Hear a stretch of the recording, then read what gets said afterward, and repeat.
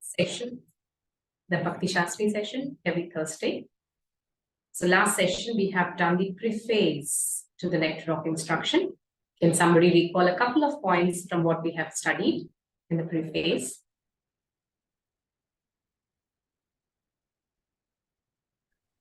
The 7 key themes of Nectar of Instruction. Exactly. Yeah, the 7 key themes of Nectar of Instruction we have studied. Yes.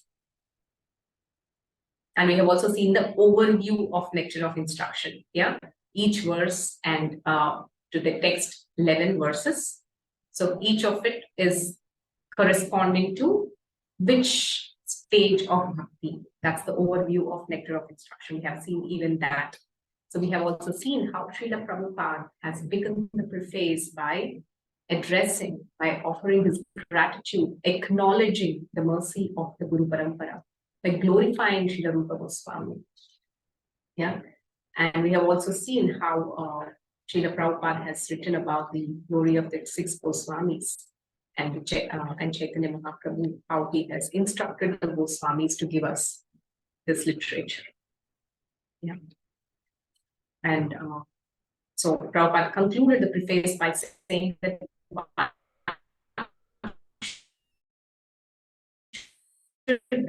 strictly follow, then one's advancement in devotional life will become easy.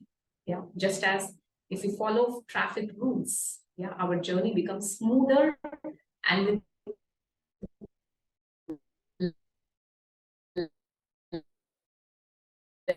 lesser amount of anxieties. Similarly, if we follow the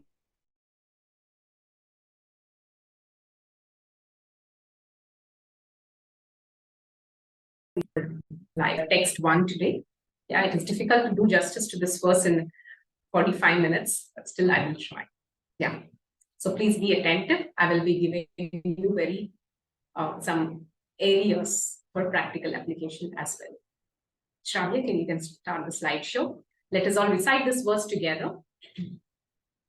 Vacho vegam manasa krodha vegam jihva vegam udaro prastha vegam etan vegasyo vishahetat dhiraha sarvam apimam prithvim sasishyat.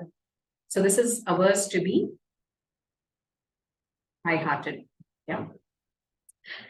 So translation: a sober person who can tolerate the urge to speak. Yeah, that is vacho vegam. Yeah. What is manasa? The mind's demands. Yeah. Krodha vegam, the actions of anger. Jihva vegam, the urges of the tongue. Udhara upastha vegam, that is the urges of the belly and the genitals. Etan vegasyo vishaheta dhira. Yeah. So such a person, yeah, dhira means a sober person. Such a person is qualified to make disciples all over the world. That means such a person is qualified to be a true guru. Yeah. So these are the qualifications that are required for us, which make one to be in a position to actually truly lead. In other words, to become a true leader. These are the qualifications. Even a sincere attempt to start this journey brings out the leadership potential in each of us. That is how powerful this verse is. So make a note of the 6 urges. What are the 6 urges we are going to deal with? Vacho vegam, that is urge to speak. What is the meaning of urge? Vegam means urge. What is the meaning of urge? I hope it's being recorded. Yeah, it's recorded. Yeah. So urge means, vegam means urge. Urge means, like, for example, every early morning, you have an urge to use the washroom, let's say. That's an urge, right? Like, you cannot control it for long. Yeah, there's an urge to evacuate. So that's the meaning of an urge. So such an urge, there are 6 urges within us which are to be controlled. Yeah. And one who can do that can become a true leader. And what are those 6 urges? Number 1, urge to speak. Number 2 is the urge of the mind. Yeah. Manasavegam. Yeah, so Vachovegam, Manasovegam, Krodhavegam. That is to control anger. Yeah, the urge to express one's anger. Number 4 is Jihvavegam. That's the urge of tongue. Udaravegam, the urge of the belly. Upasthavegam is the urge of the genitals. So these are the 6 urges.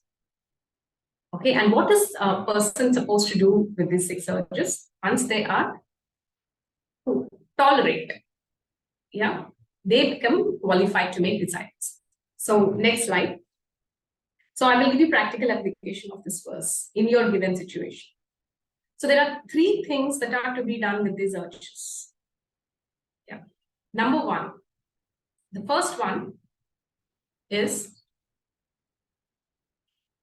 how this, this whole text is about how these urges are expressed. Second is how these urges are to be tolerated. And third is how these urges are to be engaged.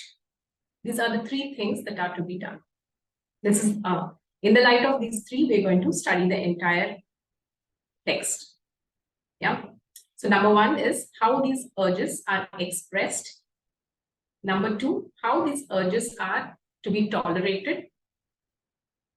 And third is how these urges need to be engaged. So let us start. So this, in the purport, Srila Prabhupada begins this entire chapter by talking about Parikshit Maharaj's inquiry to Shukadeva Goswami. So basically, we see in this world that we have learned in our Discover Yourself and many of the classes before, that this world is compared to a prison house, right? And all of us are going through what is called a punishment or an atonement, right? So Parikshit Maharaj asked an interesting question. So when a person is going through atonement, what is the purpose of that atonement if a person is not, if the person is not reforming? Yeah, it's a very important question. That the purpose of atonement is reformation.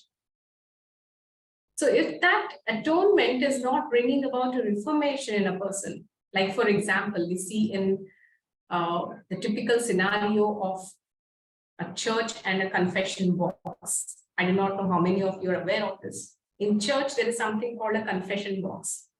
So every Sunday, people who go there, they go to the confession box, and you are not really visible to the pastor. Pastor is on the other side. Yeah? So you go, and what all nonsense you have done throughout the week, you confess it. Yeah, this is called a process of confession. It's like you're just downloading all your garbage to the pastor.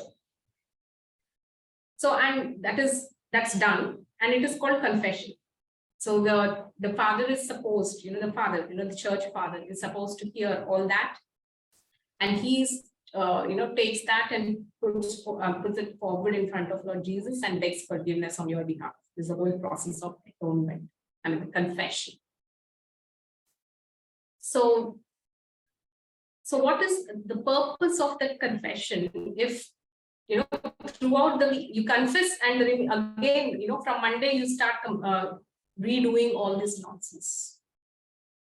So what is the meaning of such a confession, or what is the meaning of such an atonement? Yeah. So you go, you confess, and again all your sins on Sunday, and again from Monday you begin sinning. So what is the purpose of your confession? So Parikshit Maharaj interestingly compares such an atonement to what is called Kunjara Shauchavat. It is like an elephant bathing. Yeah. So what is elephant bathing? Elephant takes a bath in a river. It takes a very fresh bath. And after taking the bath, it again comes outside the lake. And with its trunk, there is a heap of mud and dry leaves. It again puts the trunk, lifts all this, garbage, and it puts over its head.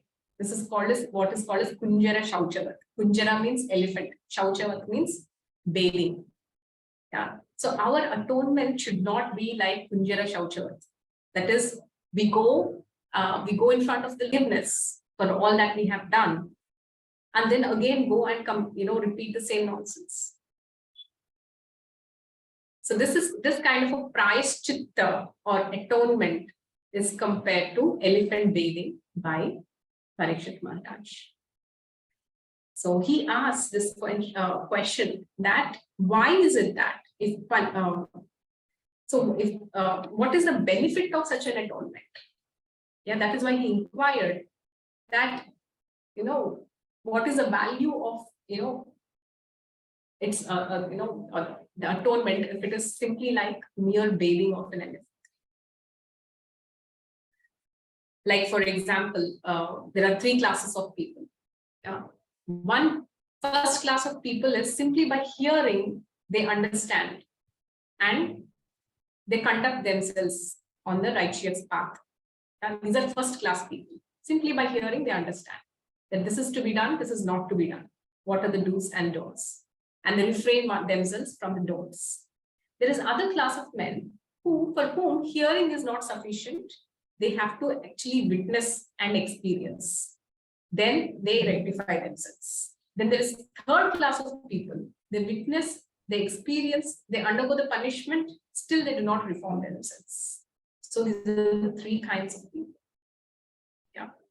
So the first class of people are those who simply by hearing, they are intelligent enough. This is called first class intelligence. Yeah. They understand and they apply in their life. They don't need, constant reminders. They don't need, that they have to actually see what happens if they don't apply certain instructions in life. They have, just by hearing, they understand. So this second class, as I said, are those who have to actually see, witness, undergo the pain, undergo the frustration, then they will understand.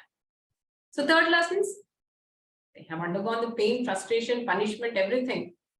They got total, all the beatings, black and blue, still they don't reform. So which class do we belong to? Or which class do we want to belong to? Yeah.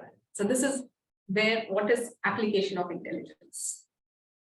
So Prabhupada very interestingly says that a sinful activity cannot be countered by performing pious activities.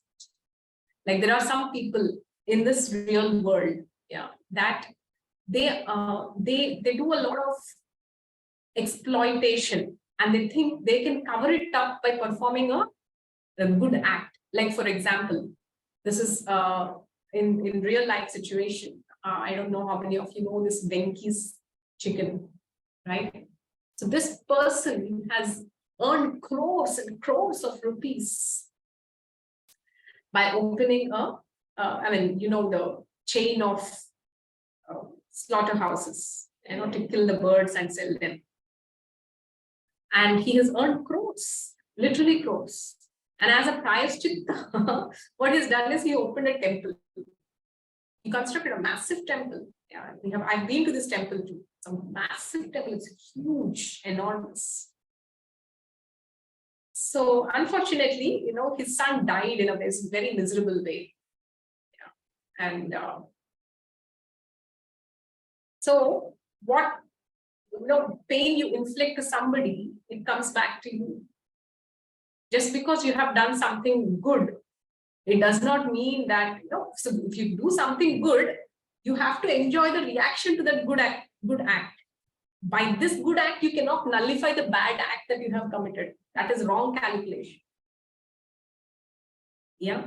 So Prabhupada says that a sinful activity cannot be countered by a pious activity. Sinful activity gives sinful reaction. Pious activity gives a good reaction. So good reaction or bad reaction, to enjoy that, you have to stay in this material world. And as long as we are in this material world, we are prone to commit sinful activities one after the other. Yeah, because even if how much ever strict we wish to be, still, how many challenges are there in the world? Bharat Maharaj, who has attained the bhava stage of bhakti, that is like just the penultimate stage of the ultimate perfection.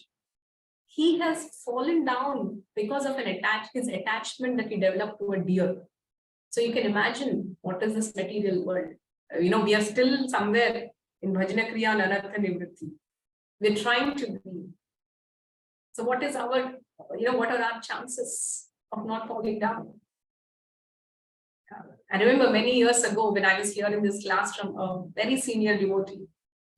He said very seriously, big devotees have fallen down. Don't think that we are all exceptions. If you think we are exceptions, we are in Maya. So wise people are those who are alert, who are always alert, and who remain in association of devotees. So what was one of the reasons why Bharat Maharaj has fallen down is because he has gone to a solitary place to do his bhajana, where there was no association of devotees. This is how important devotees association is. He was in the stage of bhava. Bhava bhakti is like, very, very high stage. He has just left behind his great kingdom, his wife, his children, and everything. All those great things we all hanker for. He left all of them behind, like a stool. If you just pass a stool, we don't care to look at it, right? With that detachment, he walked out of his house. Now, because of that much of bhakti he had in his heart, a stage of power, and he fell prey to an attachment to a deer. Can you imagine? So if we analyze what is one of the major reasons, the reasons is that he was not in the association of devotees. If you're in association of devotees, they will, wake you up. If you're getting attached to something, they say, hey, this is not the right thing to do. Yeah. Bhakta Sangha is very, very, very important, very powerful. So sinful activity cannot be countered by a pious activity. Then how can we overcome this sinful propensity? This is the question of Parikshit Maharaj. Yeah. Because we continue to sin as long as we have something called sinful propensity. So the only way to overcome it is to uproot the propensity to sin. As long as this propensity is there, again and again and again and again, we keep sinning. We keep committing the same mistake. Yeah. So just like, there is a big tree, how much ever you cut off the branches, again and again it regrows. So what should you do to actually stop the branch from coming? Root it completely. So giving up the sinful propensity is the only way to come out of this cycle of sins. So what is the way of removing a sinful propensity? It is to, how does one uproot the sinful propensities? Anybody wishes to answer? How does one uproot the propensity to sin?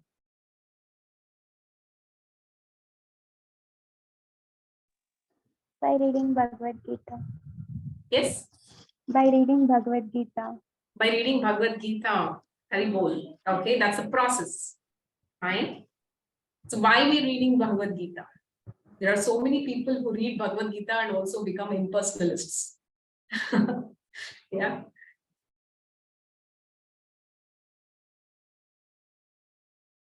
Yes, what? So why? How? How do we remove that propensity to sin within our heart? By chanting, okay? Yes, that's a process again. Of course, a goal as well. By chanting, what is happening? What we are trying to do? Either by reading Bhagavad Gita or by chanting, what is it that we are trying to do? What is the solution that we are trying to come to?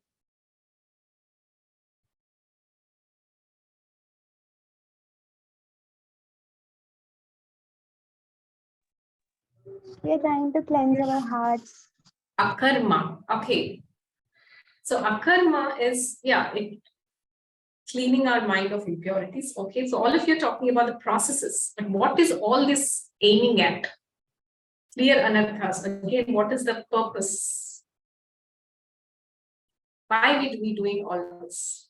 If we are, yes, love of God, to reawaken our dormant Krishna consciousness. That is the solution to all the problems. So when we reawaken our dormant Krishna consciousness, That is the real prayaschitta or real atonement.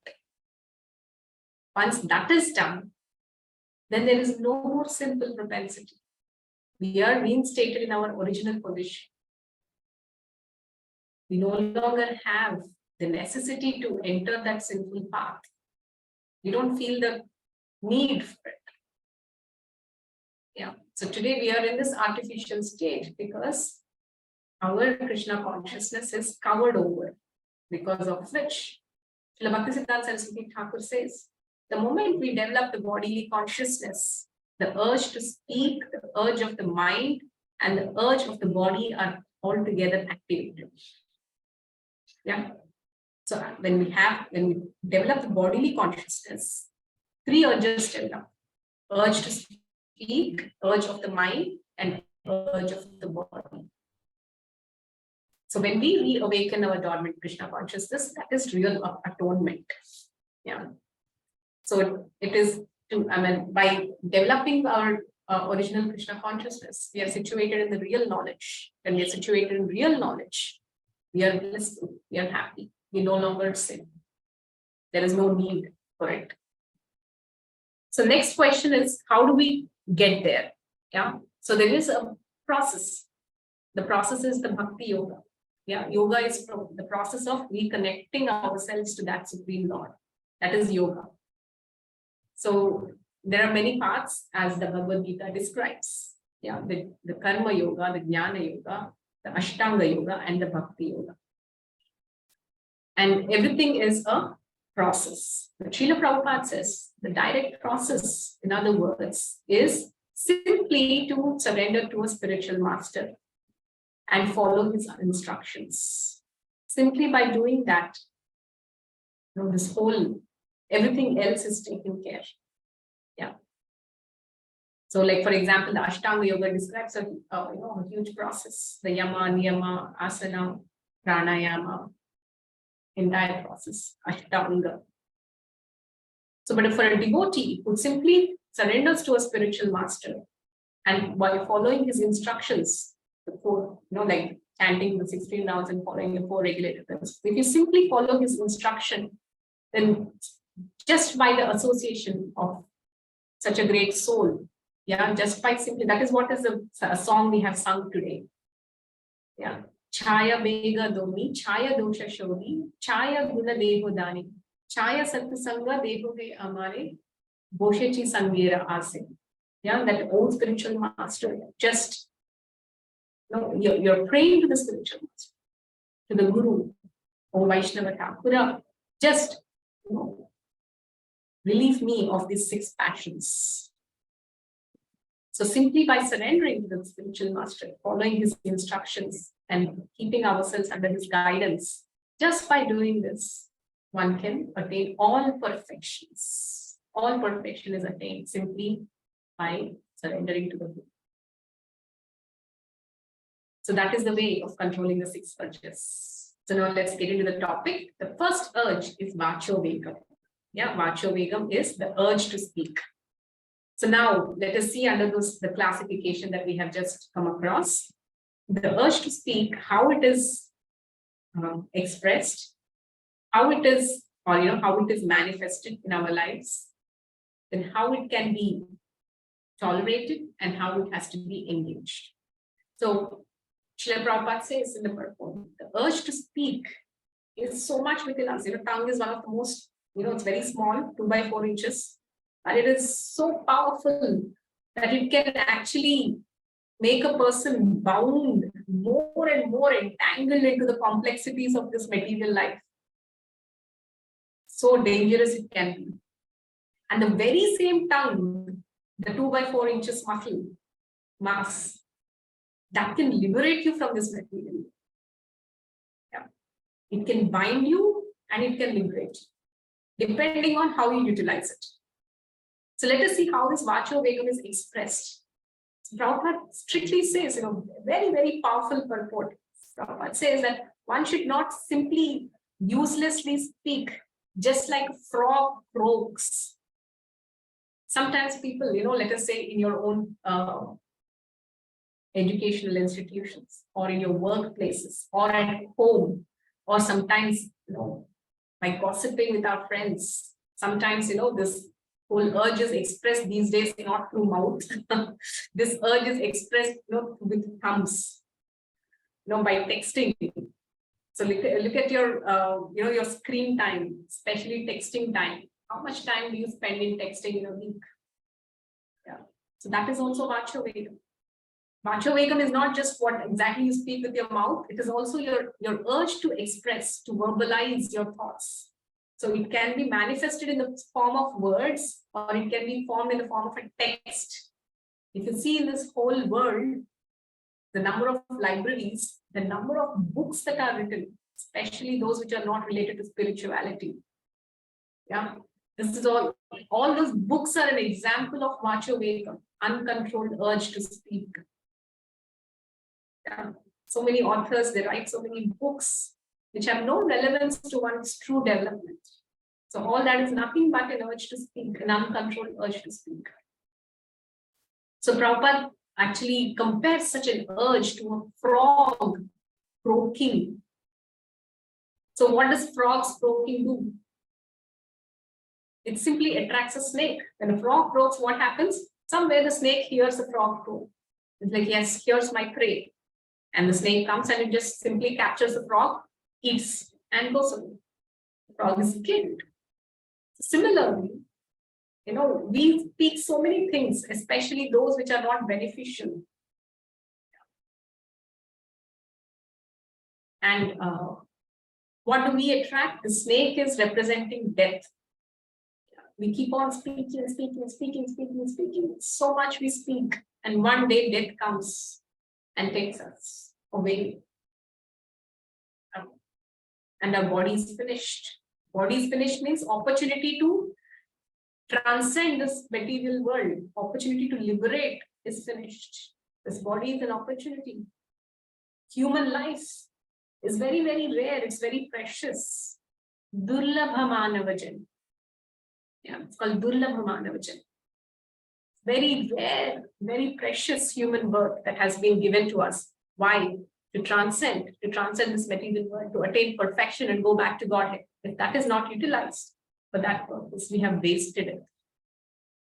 So similarly, the urge to speak, if we have not properly controlled it or tolerated it, it will lead to so many complications, complexities. We are more and more entrapped into the complexities of material nature if we do not control our urge to speak. So please make a note, a personal note in your books as how the urge to speak is manifest in your life, how it is manifest in your workplace, how it is manifest in your own personal life, how it is manifest in your wherever, where you're working or where you're studying, how it is manifest. So, but then how to tolerate this urge to speak? So there is an impersonal way of mauna. Yeah, mauna means some people observe silence. Yeah, some people observe something called mauna vrata. Right? They take a vow that today I will not speak. Or some people, they do not speak at all. They have something over their mouths. So this is just a neutral platform, and this does not solve the problem. Yeah, because the more we do not speak, sometimes, what if the mind is active? The real silence is silencing your mind, not silencing your lips. What's the use if the lips are silent but mind is super active? Sometimes psychologists say that, if you have a lot of, burning or some feelings too much suppressed within you, go and ventilate it somewhere, verbalize them, talk to somebody. It relieves you of the pressure. So why you're simply keeping your mouth shut, but mind is, it's super active. It's in turmoil. It's under stress. That's not the solution. Solution is not simply closing your lips. Yeah. So this is not what is actual control over speech. So, and this is not a sustainable control over the speech, because such a suppression gives rise to, what happens, the pressure cooker, you put the whistle. For some time, it's given the, from below, it's given the flame. It gets cooked, and once releases so much of pressure. So similarly, if we artificially suppress our speech, thinking that we are controlling it, given the right ambience, we explode. Yeah. And it causes more damage than if it would be had we expressed it much before. So control of speech is not does not mean that we suppress.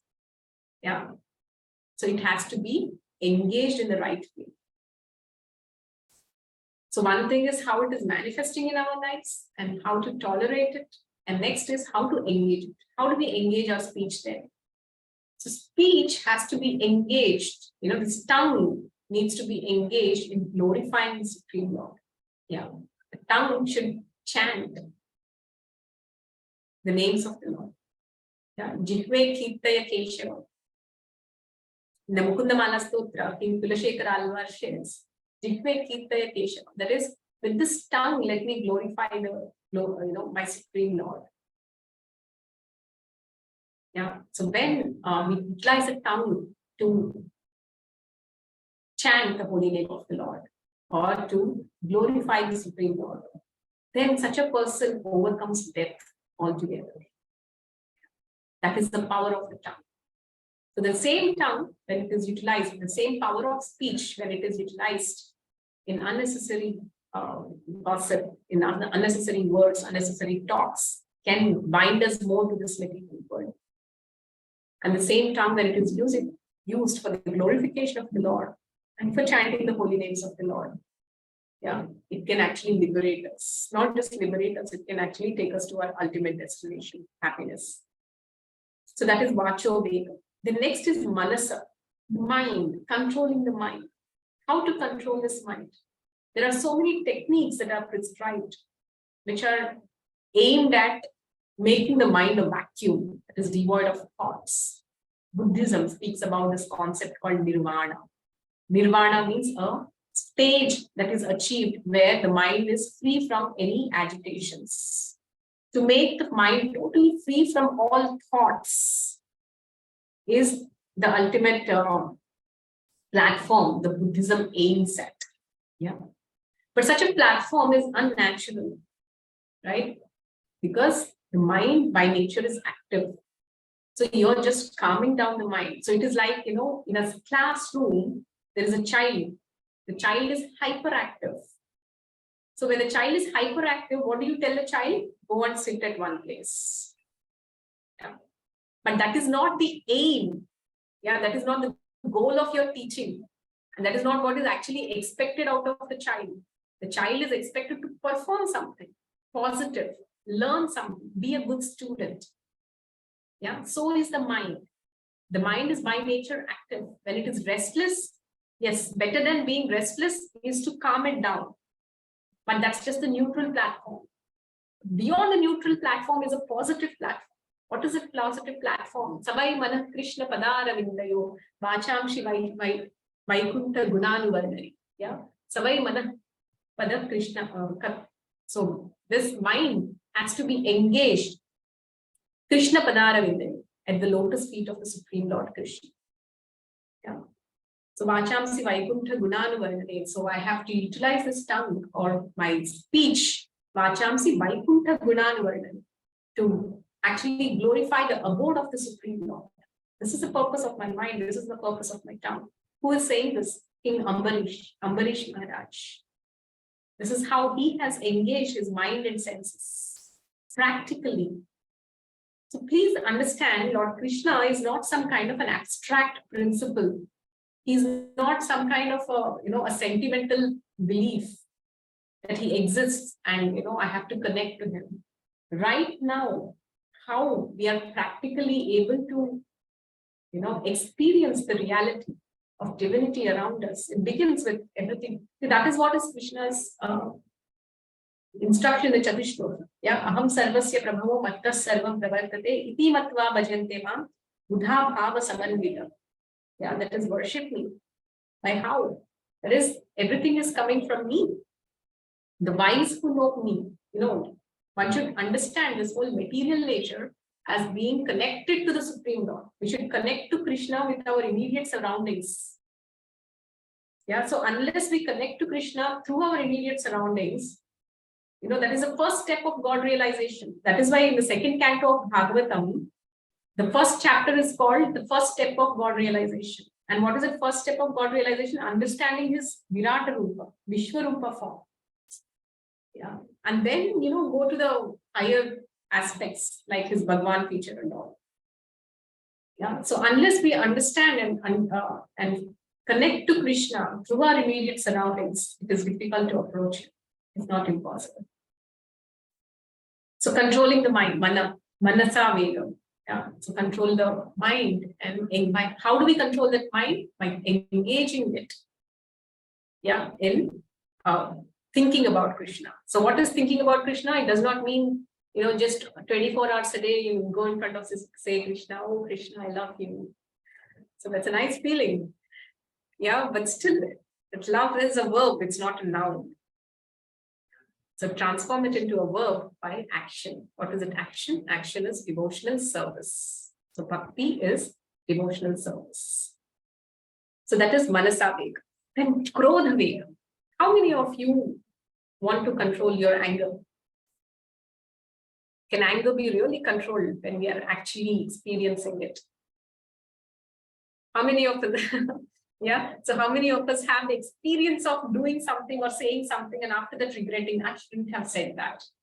I shouldn't have spoken this way. Yes, all of us are victims of uncontrolled anger. Yeah. So, yes, so anger, when it is uncontrolled, it is dangerous. A devotee is somebody who utilizes anger in the right way, channelizes anger in the right direction. Like, for example, we see Prabhupada, Prabhupada's disciples, they used to be scared of him.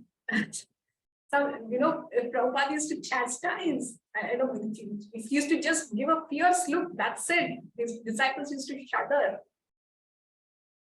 They used to run away only. So,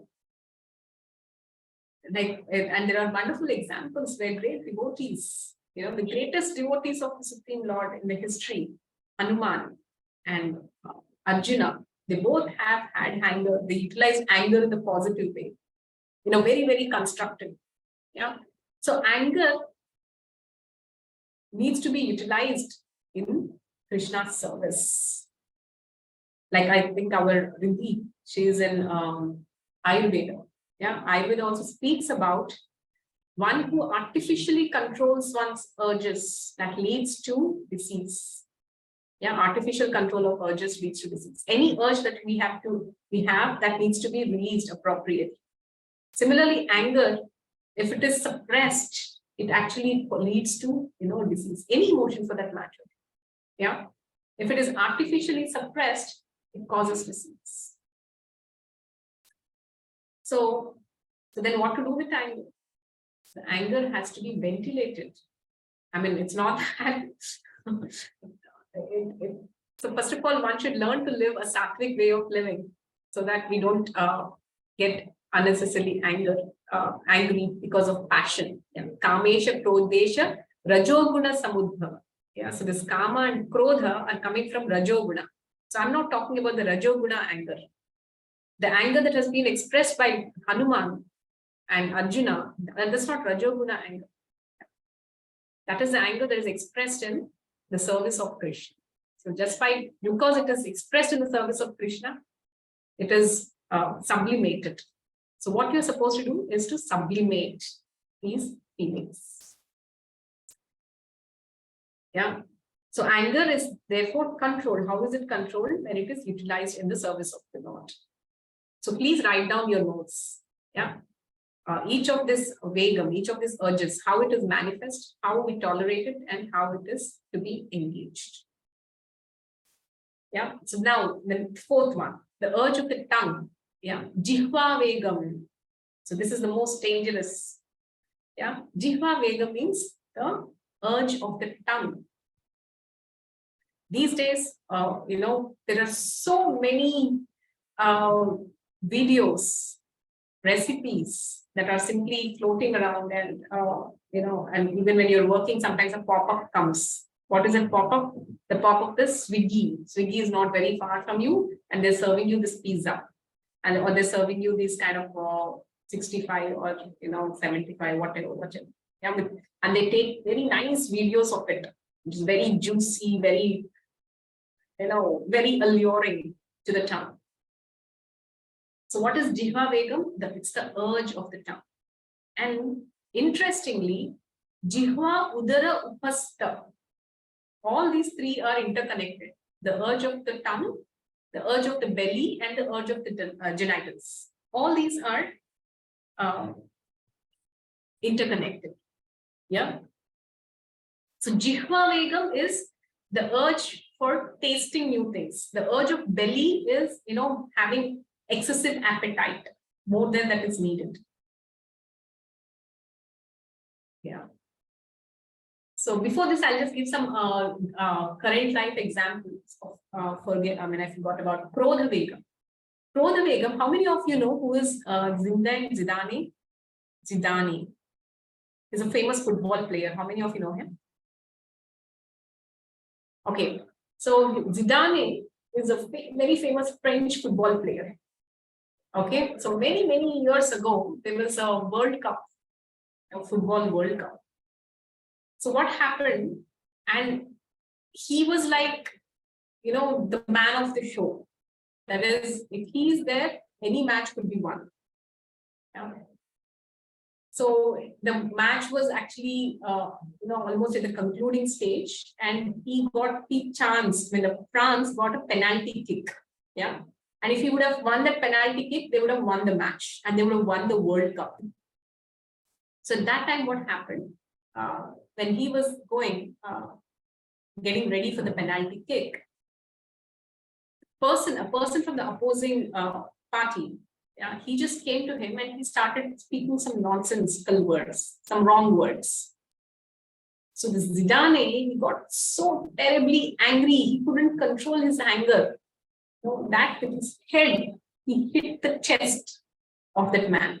Violence right in front of everyone. So he was shown a red card and he was dismissed. And France lost the World Cup just because of that one act of Zidane, that he could not tolerate his anger. Yeah, the whole nation was just literally in tears. They all came to the whole, millions and millions of fans. Football, how much of craze it has all over the world. Millions of fans were watching all over the world. And they had so many hopes on Zidane that he's going to bring us the World Cup. So final moment, final shot, he would have got it and they would have got the World Cup. At that moment, he couldn't control his anger. He gave in to the impulse and he behaved in a way. He was shown the red card. He was out of the match and France lost the World Cup. This is how much one single moment of losing your anger can really cause. So, and Udhara Upasta Vegam. And we also see some leaders in our own history, how people have fallen prey to lust and they have been, ex-president of the US. How much infamy he has gone through. Yeah. Being the president of such a major country, he has fallen prey to the urge of the genitals. And overnight, he fell from the highest position of this world, to the lowest. He was loathed, he was jeered, and it's such infamy.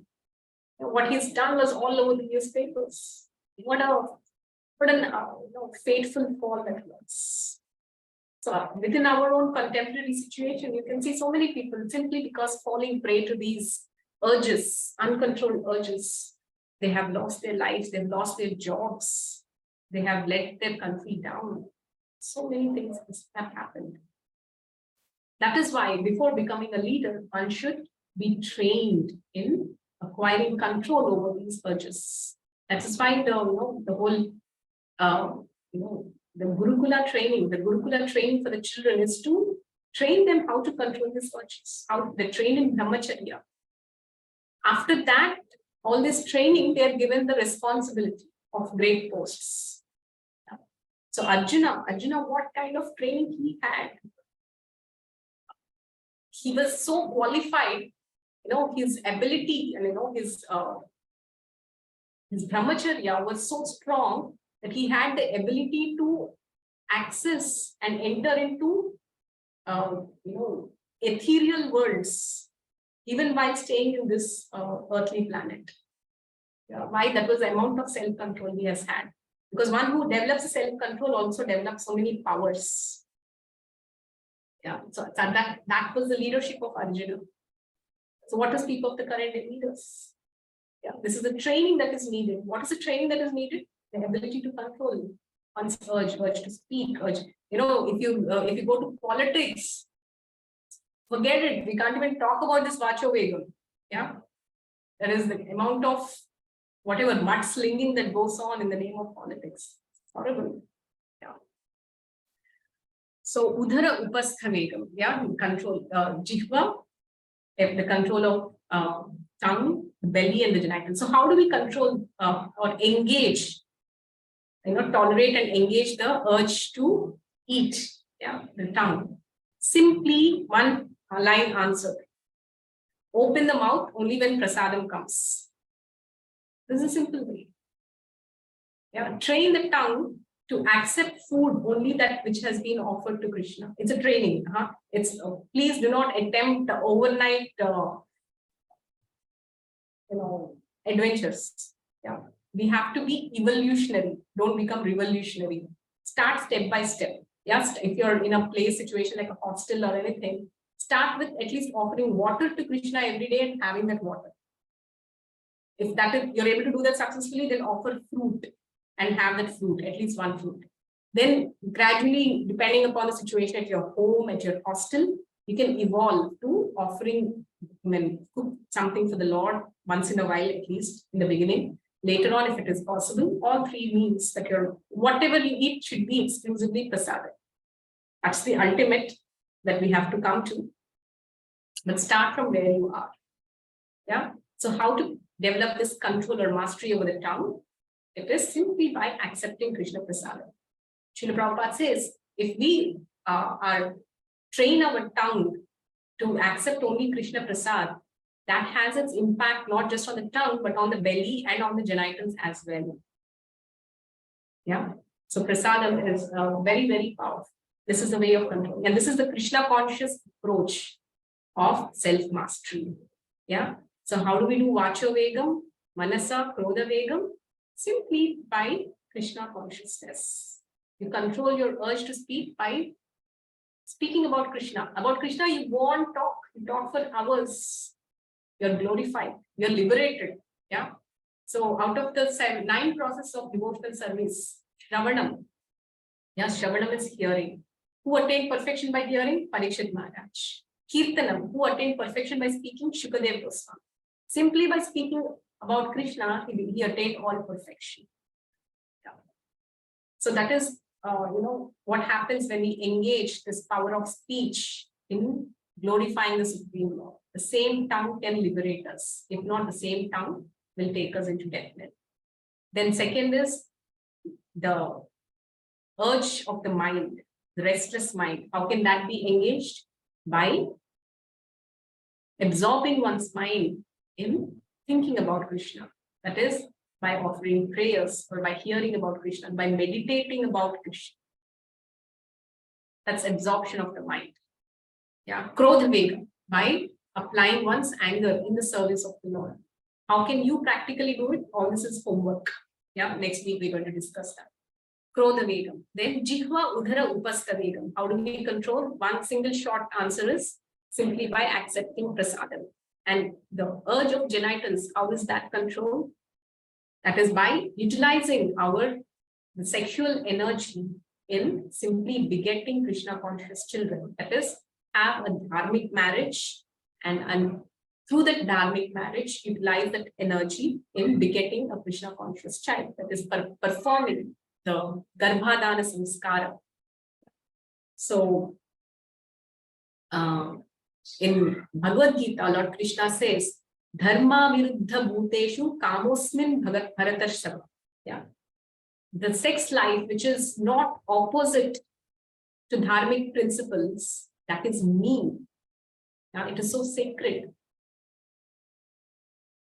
So that energy should be utilized for what?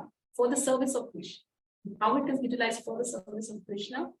By begetting a Krishna conscious child. And what is begetting a Krishna conscious child? This is nothing but the Garbhadana Samskara that is performed. So in this way, one who can control all these urges and in a Krishna conscious way. And what is a Krishna conscious way? By engaging all of them in the service of Krishna. Such a person can become the guru of the entire world, and he can make disciples all over the world. That is who is Srila Prabhupada. Srila Prabhupada has made tens and thousands of disciples all over the world. And he's simply the example of this verse. Yeah. Everything they did 24/7, he was fully engaged in the service of Lord Krishna. Okay, so I will end here. Thank you all very much. So is there any question? So by actually controlling all these senses, one becomes something called a Goswami. Swami means master. Go means senses. Goswami means one who is a master of the senses. Godasa is one who is a servant of the senses. So one should not become a Godasa. From Godasa, one should become a Goswami, and it is a journey. Yeah, please mind that this is not black and white. So we are in a journey. And we should know where we should go towards, and we should strive for that. Yeah. So one who cannot control senses is called Adanta Go, like in Prahlad Maharaj's prayers. It's a beautiful verse. Yeah. Matirna Krishne Paratasvatova Mitho Vipadyeta Griham Datani Adanta Gopi Samitam Tamishram Punascharvita Charvanana. That is, Prahlad Maharaj is offering this prayers. He's telling Hiranyakashipu, his father. So for those people who have not controlled their senses, yeah, then there is no chance of becoming Krishna conscious. Matirna Krishne Paratasvatova Mitho Vipadyeta Griha Vrata. One who is excessively attached to their griha, there is no chance of becoming Krishna conscious. And because of those uncontrolled senses, what they keep doing? Punas charvita charvanana. That is what has already been chewed, they keep chewing again and again the same. Yeah. So self-mastery is a prerequisite to attain the mercy of the Lord. Raga dvesha vimukta ischu vishayan indraya ischiran. Atma vashya vidheya atma prasadam adhigachati. That is, who can attain the mercy of the Supreme Lord is Raga Dvesha, one who is freed from excessive attachment and hatred, the dualities. Vishayan Indriya is Charan, one who could gain the mastery over the senses. Atma Vashya Vidheya, Prasadam Adhigachati. Such a person can attain my mercy over Lord Krishna. Is telling this in Bhagavad. So, for example, all of your students, yeah, if you want to get a good rank, yeah, if you want to get into IITs or the big institutions after your graduation or before your graduations, if you have to work hard, yeah, there is no shortcut to it. Yeah, and you all know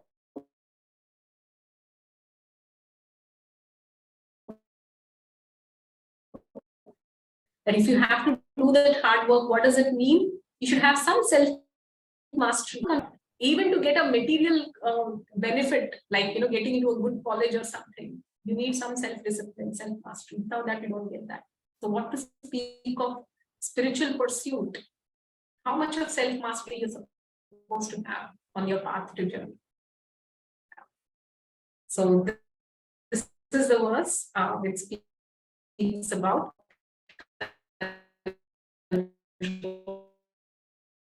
of those 6 urges, which actually, when uncontrolled, lead to bondage. So thank you all very much. I will end here. Any question? I will take one question. How are they manifest in your life? How they are to be tolerated, and how they can be engaged. Yeah, if you get this table, you have got this entire chapter, right? Any questions?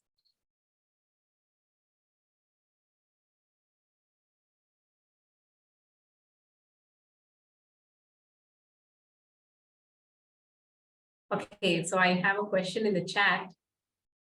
Mataji, my brother brought ice cream. So what should you do?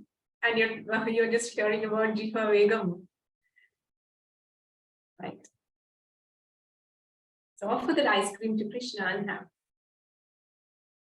And next time, you tell Krishna, my dear Krishna, this ice cream is so wonderful. I really love this ice cream. And since this flavor must be very pleasing to you too. So I will prepare an ice cream for you and I will accept it as your Mahaprasad. That's the glory of Mahaprasad. Yeah. So the highest stage of offering bhoga to the Lord is to offer what the Lord likes. Not, sometimes in the initial stages, whatever we like, we offer to Krishna and accept it as Mahaprasad. Yeah. That is okay. It is better than not offering at all. But the highest stage is to offer what pleases Krishna. So what pleases Krishna, it's a sattvic preparations. Sometimes, you go to some temples and see what is traditionally prepared. Like, for example, in Tirupati, the laddus and all these. So why they are prepared, they have some connection to actually what pleases the Supreme Lord. Yeah. So that is at a different level. So right now, at our level, at least, okay, you like ice cream, fine. You like pizza, you like parathas, or whatever. Offer it to the Lord and have it as prasadam. Yeah. At a later stage, you can think about, what would please the Lord. Like, for example, it's very nice, in temples and in some places, in some houses also. Now, some Matajis, they prepare, like if it's very cold in the winter, they think, oh, Krishna must be feeling so cold. I will offer him some soups. Like right now, Jagannath is, his darshan is closed. He has fever, right? So every day, Matajis, devotees, they prepare kada, kashayam, yeah, and they take and offer it to him. Because he's down with fever, we offer the deities what is easily digestible. Just like how, you treat a child when they fall sick, that's how you treat Jagannath, and you've offered those items which are very nice, which will treat him, like the soups which are easily digestible, or the medicinal herbs and the kadas. So this is bhakti, this is bhoga, offering bhoga to the Lord. Yeah, to be and thinking what will please Krishna at this time. Yeah, this will eventually develop. But at least in the beginning, we should make an effort by making it a point that whatever I eat, I first offer it to Krishna. That's where we begin. As you develop more and more, you remove yourselves away from the picture and you put Krishna in the center. What will please Krishna? I know some devotees, even when they go to market and buy vegetables, they think about, okay, last week, what did I cook for Krishna? This week, what I should cook for Krishna? Right from there, the consciousness is on Krishna and on the deities. So that is bhakti. So, yeah. So how, as I said, it's an evolutionary process. It happens gradually. It starts with following this rule and regulation that whatever I eat, I first offer it to the Lord and then eat. At least as a matter of principle, even right now, we offer only those items which are vegetarian and which are without onion and garlic. Okay, so at least this standard we should follow. Yeah, and offer it and then take it as a Mahaprasad. Okay, any other question? Hare Krishna, Mataji, Dhanavad Pranam.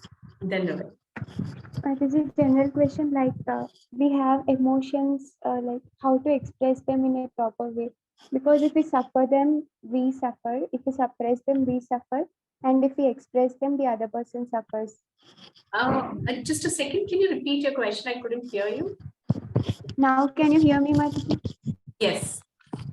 Like how to express our emotions properly, because we don't want the other person to be portrayed or create any bad impression of them in the minds of other people, so we can't express them, and if we suppress them we suffer, and if we express them the other person suffers or some kind of bad impression is created on the other person. So how can we properly express those emotions? Okay.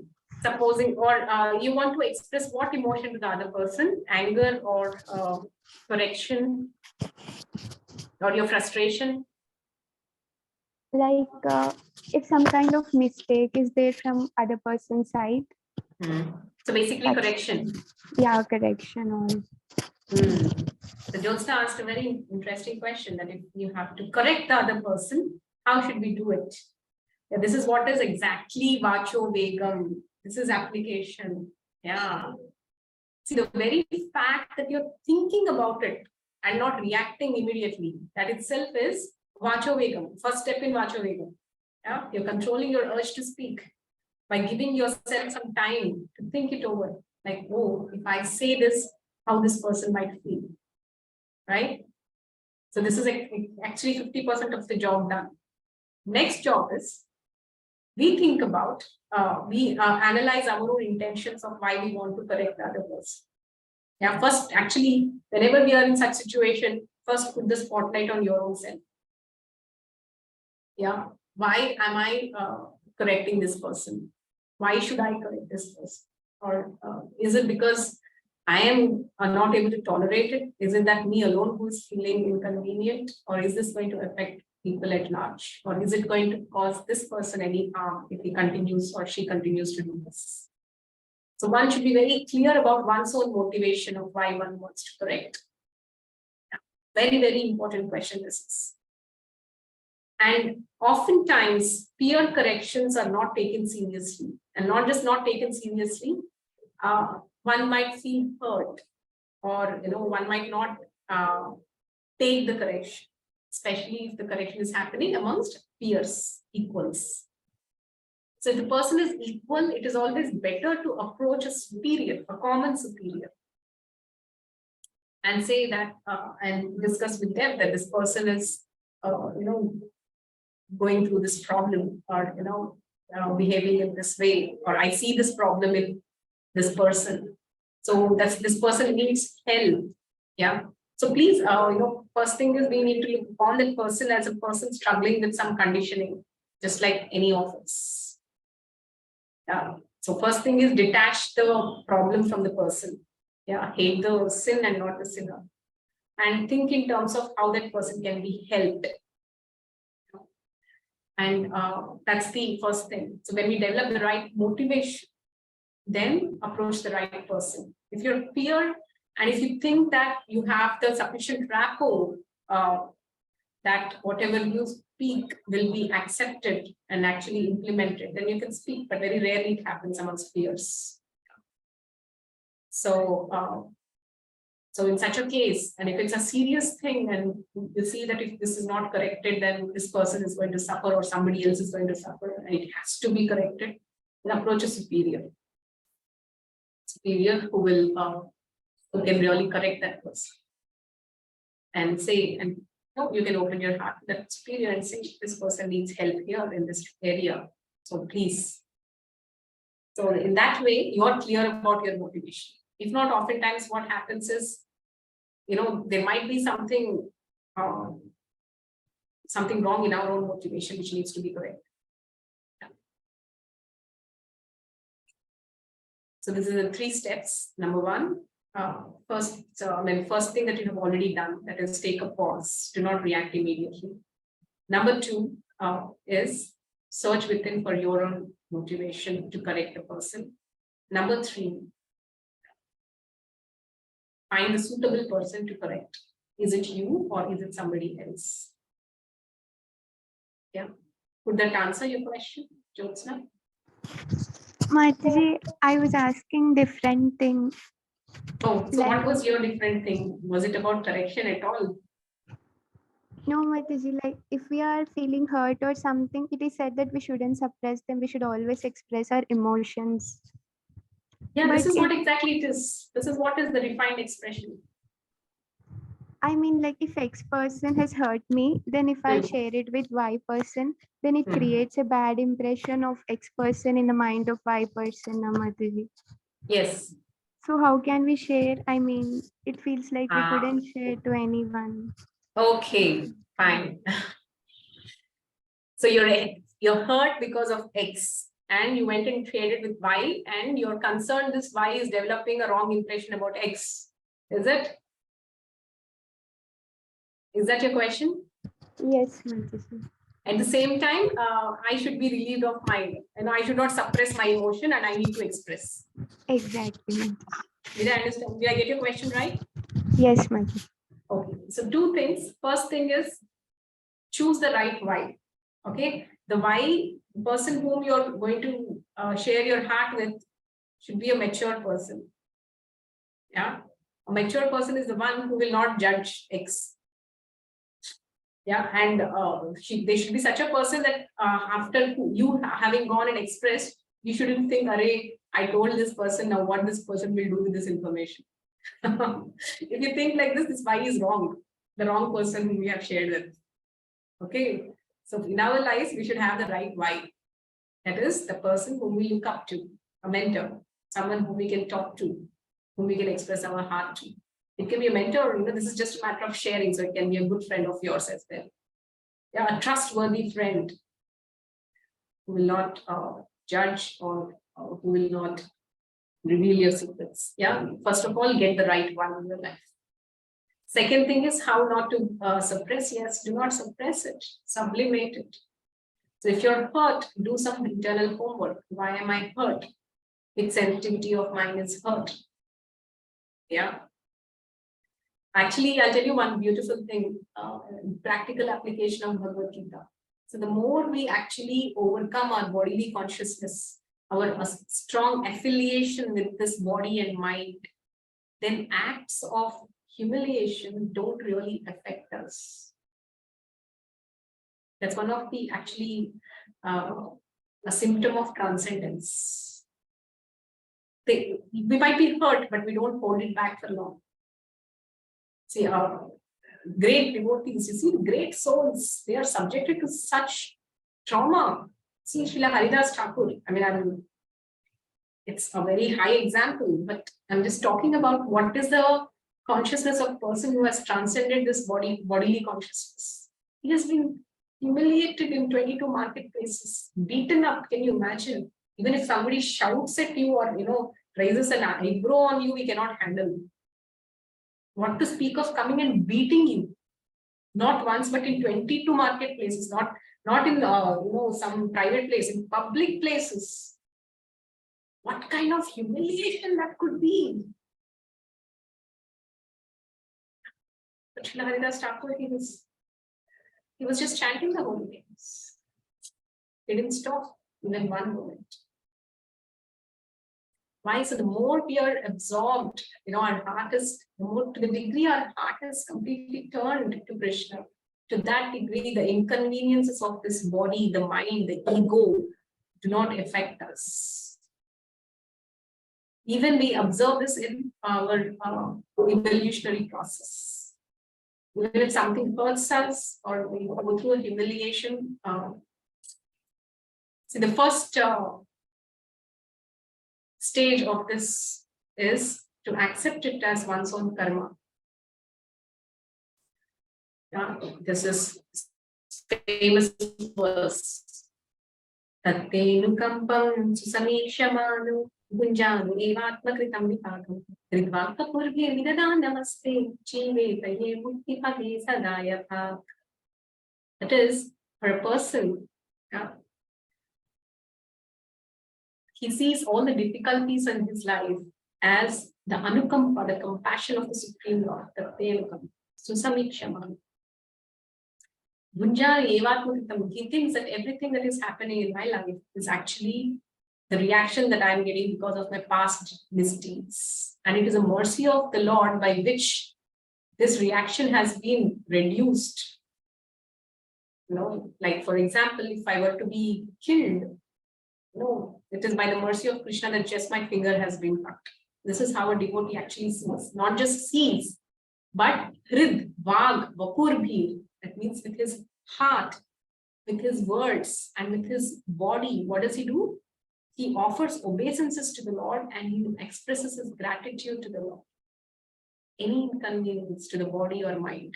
So what is this feeling of hurt? It is an inconvenience to our mind. It is an inconvenience to our ego. Yeah, it is something that things did not happen as per our expectation. I'm speaking this is as reality. Yeah, and why did this happen to me? Simply my past reactions. Yeah. My past misdeed has come to me today as a fruit. A fruit in the form of somebody's harsh speech. Yeah.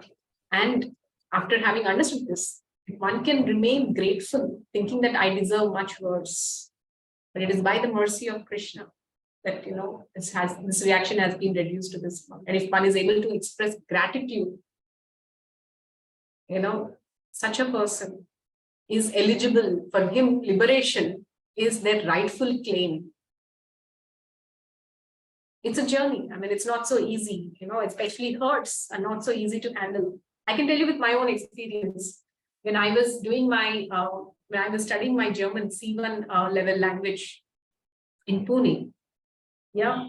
So there was one teacher with whom I couldn't get along. So that lady, a couple of times me and my brother, we went late to the class. So one day when I came late to the class, she said like a joke, whoever has come late to the class should come into the class by jumping through the window. She might have said that as a joke, but I took it as a serious offense.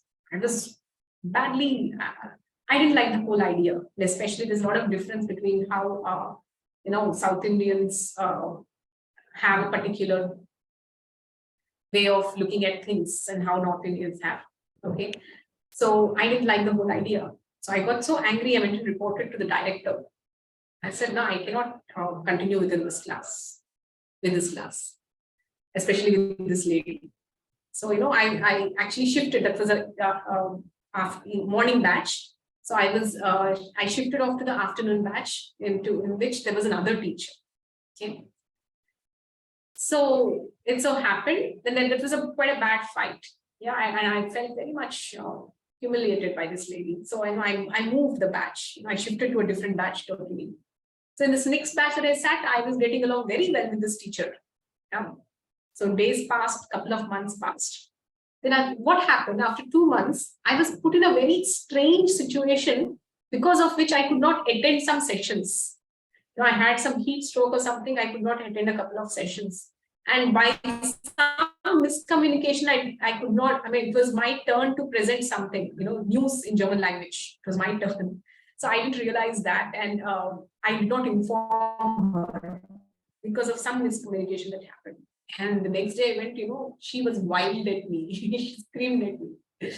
So at that time I understood, I could see that, it was not in my hands. I genuinely did not do anything wrong, but still this lady is wild at me. That means in my karma, I had something that has to be dished out to me. Yeah, the instrument is different. That's all. First, it was that lady. Probably I had a little more karma left through that lady, but I changed that lady. But this lady is also now the instrument. Yeah, so I just saw these two ladies as simply the instruments of my past karma. Then it was very clear to me.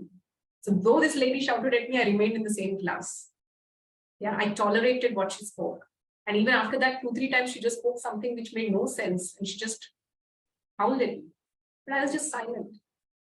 So as a result of that, at that time, I was patient. As a result of that, all my classmates developed so much of respect for me. They started glorifying ISKCON also. People are so tolerant, so humble, so respectful. And over a period of time, when the teacher developed a good relationship with me. So it's just a passing phase. During that phase, you're able to control it, hold it, and have a top view. See that person as a mere instrument, and adjust your own ways. It will go a long way. You see, there will be a change in your own environment, in your own consciousness, and that will bring a change in your own environment. And this I'm telling with my practical experience.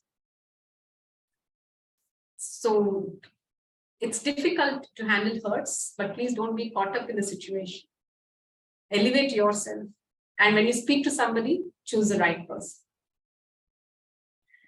Okay, could I answer that? Jyotsna. Yes, Mataji. Thank you so much, Mataji.